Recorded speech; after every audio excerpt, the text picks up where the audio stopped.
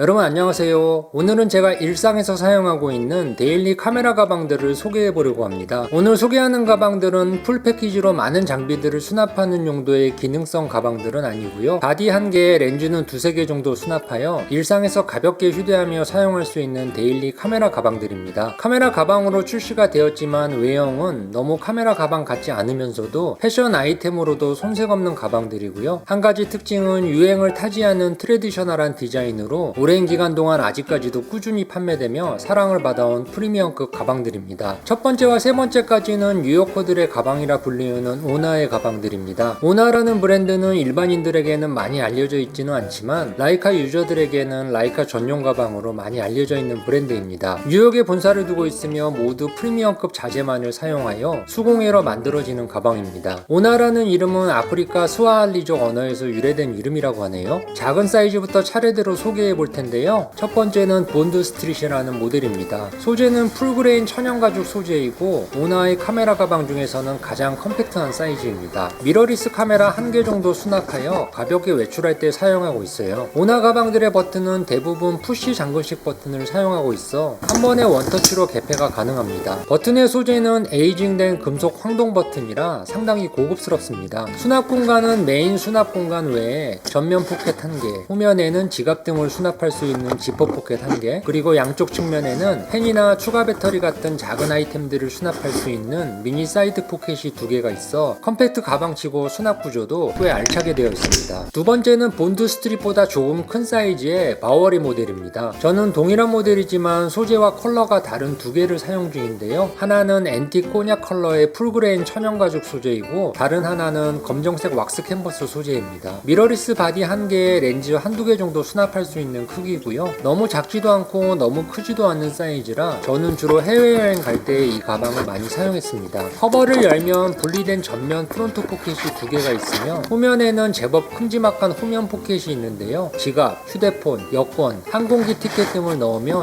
구겨지지 않고 딱 맞게 수납이 되어 공항을 이용해야 하는 해외여행 시 편리했습니다. 제 건 구형이라 측면에는 작은 미니 사이드 포켓이 2개가 있는데요. 이곳에는 추가 배터리 같은 작은 아이템들을 수납하였는데 요즘 나오는 신형에는 이 사이드 포켓이 빠졌다고 합니다. 대신 구형에는 제공되지 않았던 가방 손잡이 역할의 상단 핸들이 제공이 된다고 하네요. 제 건 핸들이 없는 구형 모델이라 대신 다른 가방에 달려있는 탈부착할 수 있는 핸들을 부착해 사용하고 있습니다. 이 핸들 역할이 가방의 편리성에서 의외로 상당히 중요한 파트인데요. 특히나 자가운전을 하신다면 차에 승하차할 때 핸들이 없으면 가방에 잡을 곳이 없어 엄청 불편함을 느낍니다. 또한 여행 시 캐리어에 얹어 사용할 수 있는 캐리어 스트랩 역할도 톡톡히 하기 때문에 카메라 가방 구입 시에는 반드시 이 핸들이 있는 가방을 강력 추천드립니다. 숄더 스트랩은 탈부착이 가능한데요. 숄더 스트랩도 모두 동일한 풀그레인 천연가죽 소재로 되어 있습니다. 탈부착할 수 있는 스트랩 고리도 안전하게 이중으로 걸 수 있도록 되어 있고 상단에 금속 갈고리 모양 후크가 하나 더 달려 있는데 가방을 어깨에 맸을 때 이 후크가 자연스럽게 가방의 커버를 눌러줍니다. 혹시라도 실수로 가방 버클이 잠기지 않은 상태로 뚜껑이 열려 가방이 뒤집혔을 때 카메라가 낙마하는 사고를 방지해주는 역할 같습니다. 세 번째는 프린스 스트림 모델인데요. 동일한 컬러의 가죽 소재이고 바디 1개에 렌즈 2~3개 그리고 11인치 패드나 랩탑 1개 정도 수납이 가능한 사이즈의 가방입니다. 스펙상으로는 11인치 패드까지 수납이 가능하다고 되어 있긴 한데요. 제가 사용하고 있는 12.9인치 아이패드 프로 5세대도 매직 키보드 장착한 상태로 너끈하게 들어가서 잘 가지고 다녔습니다.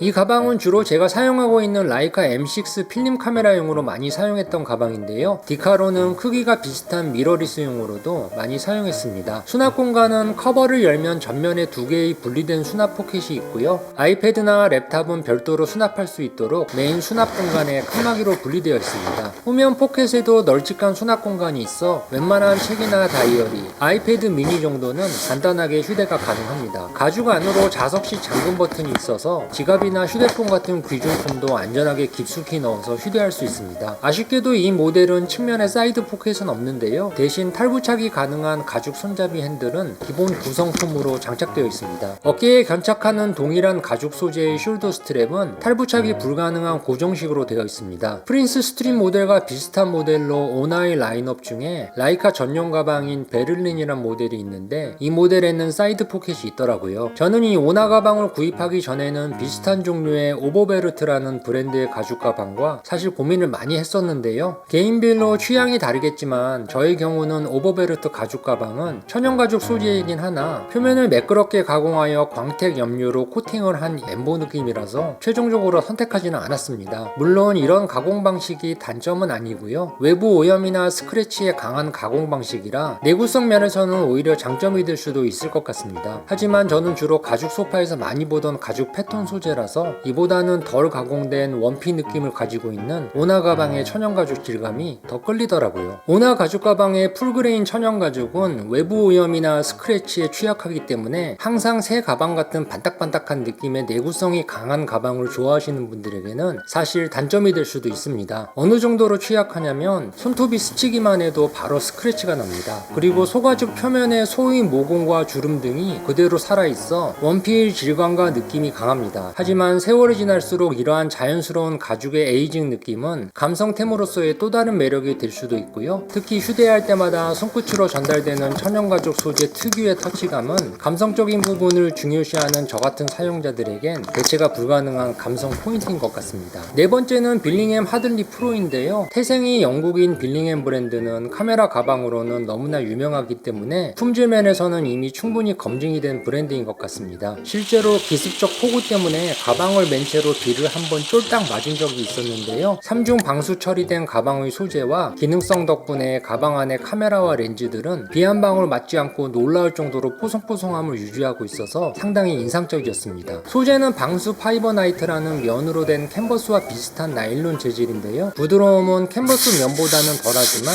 내구성은 훨씬 강하며 가죽 가방보다는 상당히 가볍습니다. 제가 가지고 있는 데일리 카메라 가방 중에서는 가장 큰 사이즈라 수납 공간도 넉넉하여 웬만한 풀프레임 바디와 렌즈 두세 개에 14인치 맥북까지도 수납이 가능합니다. 카메라를 보호해주는 인서트가 탈착식이라 인서트를 탈거하면 카메라용 가방이 아닌 일반 출퇴근용 가방으로도 손색이 없습니다. 인서트 뺀 상태에서는 16인치 그램 노트북도 여유롭게 수납이 됩니다. 빌링햄 가방의 잠금 방식은 황동 버튼에 스트랩을 끼워 잠그는 퀵 릴리즈 방식인데요. 처음에 익숙해지기 전까지는 적응하는데 시간이 좀 필요하더라고요. 가죽 잠근 스트랩을 버튼에 끼운 후 아래로 밀면 잠기는 방식입니다. 처음 가죽이 길이 안 들어 뻣뻣할 땐 잘 안 들어가다가 몇 번 사용하면 가죽이 부드럽게 되면서 스트랩 구멍도 자리를 잡아 편해집니다. 수납 공간은 커버를 열면 전면에 똑딱이로 잠글 수 있는 제법 큼지막한 독립된 프론트 포켓이 두 개가 있고요. 후면에는 지퍼로 잠글 수 있는 후면 포켓이 있어 지갑이나 휴대폰 등을 안전하게 넣을 수 있습니다. 옵션으로 전용 스트랩 패드를 구입해 장착할 수 있으며 수납 공간 확장을 위해 추가로 수납 포켓을 구입하여 측면에 장착하면 사이드 포켓으로도 활용할 수 있습니다. 제 가방은 오래전에 구입한 하들리 프로 모델인데 이후 업그레이드된 하들리 프로 2020 모델도 출시가 되었는데요. 여러가지 기능들이 훨씬 더 좋아졌더라고요. 2020 모델은 후면에 캐리어 스트랩도 기본으로 장착이 되었고 스트랩도 탈부착이 가능하여 분리할 수 있게 되어 있습니다. 가격은 하들리 프로보다 살짝 더 비싸긴 한데 여러가지 기능성이 더 편리할 것 같아 하들리 프로보다는 업그레이드된 하들리 프로 2020을 저는 더 추천하고 싶습니다. 다섯 번째와 여섯 번째는 미국 브랜드인 돔케 F5와 F3 시리즈입니다. 먼저 크기가 작은 다섯 번째 돔케 F5 XB부터 소개해봅니다. 돔케 가방 중에서 가장 컴팩트한 사이즈로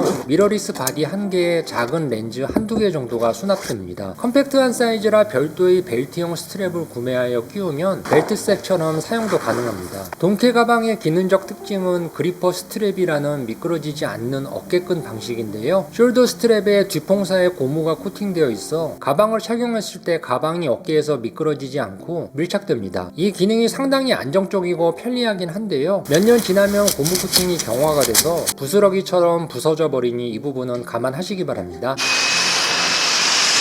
여섯 번째 가방은 제가 가장 많이 사용했던 돔케 F3X 가방입니다. 사실 돔케 가방의 매력은 면 캔버스 재질이라 사용할수록 사용감이 두드러지고 에이징 효과가 나타난다는 건데요. 유튜브에 올라온 리뷰들은 대부분 신품 상태 가방들만 올라와 있어 저는 오랜 기간 빡시게 사용할 경우 너덜너덜해질 정도로 에이징된 상태를 보여드려도 재밌을 것 같아 영상을 찍어봤습니다. 어떤 분들은 신품 구입하자마자 일부러 에이징 효과를 내기 위해 세탁기에 몇 번씩 돌리시는 분들도 있긴 하더라고요. 제일 먼저 에이징 되는 부분은 바로 가방을 맸을 때 엉덩이에 닿는 부분이 하얗게 탈색이 됩니다. 이렇게 해진 가방을 보고 있으면 단순히 카메라 가방을 뛰어넘어 사진의 결과물을 위해 그동안 쏟아부은 저희 노력과 사진 인생이 그대로 가방에 투영되어 보이는 것 같아 만감이 교차되는 느낌이 들기도 합니다. 돈케 가방의 가장 큰 매력은 하드웨어로서의 가치가 아니라 바로 이러한 경험치를 고스란히 간직할 수 있는 소프트웨어로서의 가치가 더 큰 것 같습니다. 처음에 가방을 보고 사실 카메라 가방임에도 장비들을 보호하는 허접한 내장재 구조에 좀 많이 놀라긴 했습니다. 하지만 당시 사진 기자들이 가장 많이 메고 있기도 했고 제 주위의 포토그래퍼들도 가장 많이 사용하는 가방이라 저도 호기심에 구입해서 사용해보고 진가를 알게 되었습니다. 두꺼운 내장재 대신에 무게가 가볍고 형태가 유연하여 몸에 착용했을 때 가방과 카메라가 몸에 맞게 밀착되어 무게를 분산시켜줍니다. 무거운 카메라 가방이라기보다는 체감상 신체의 일부 같은 느낌이 들 정도로 제 몸과 일체감이 듭니다. 수납 공간은 뚜껑을 열었을 때 렌즈와 세로 그립을 장착한 풀프레임 바디 한 개를 중앙에 수납하고 바디 양쪽에 렌즈를 하나씩 수납할 수 있는 구조로 되어 있습니다.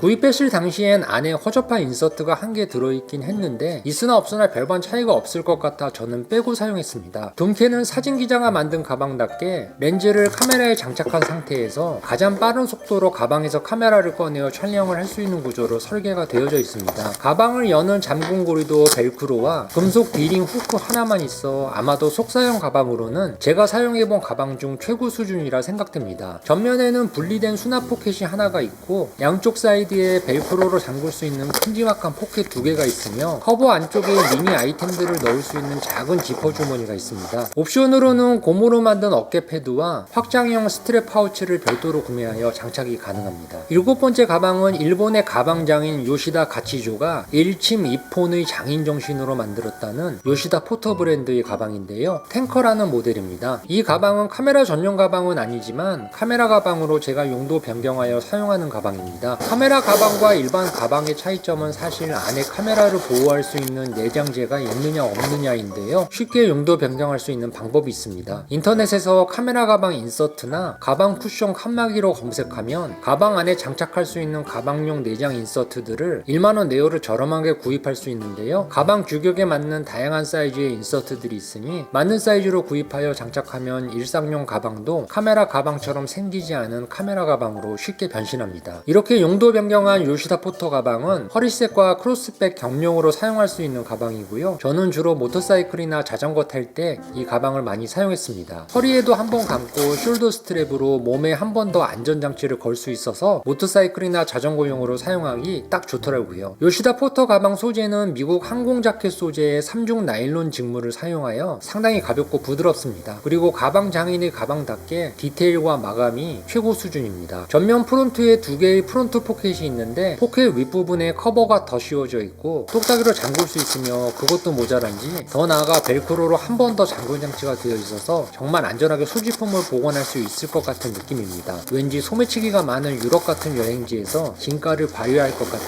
가방이에요. 오늘은 제가 사용하고 있는 카메라 가방 중에 7개를 선별하여 소개해 보았는데요. 다음번엔 맥북과 아이패드용 가방들도 소개해 보려고 하니 꼭 관심 아이템이라면 구독과 좋아요 누르시고 다음 영상도 놓치지 마시기를 바랍니다. 오늘 영상은 여기까지고요. 그럼 저는 더 좋은 영상으로 다음 영상에서 뵙도록 하겠습니다.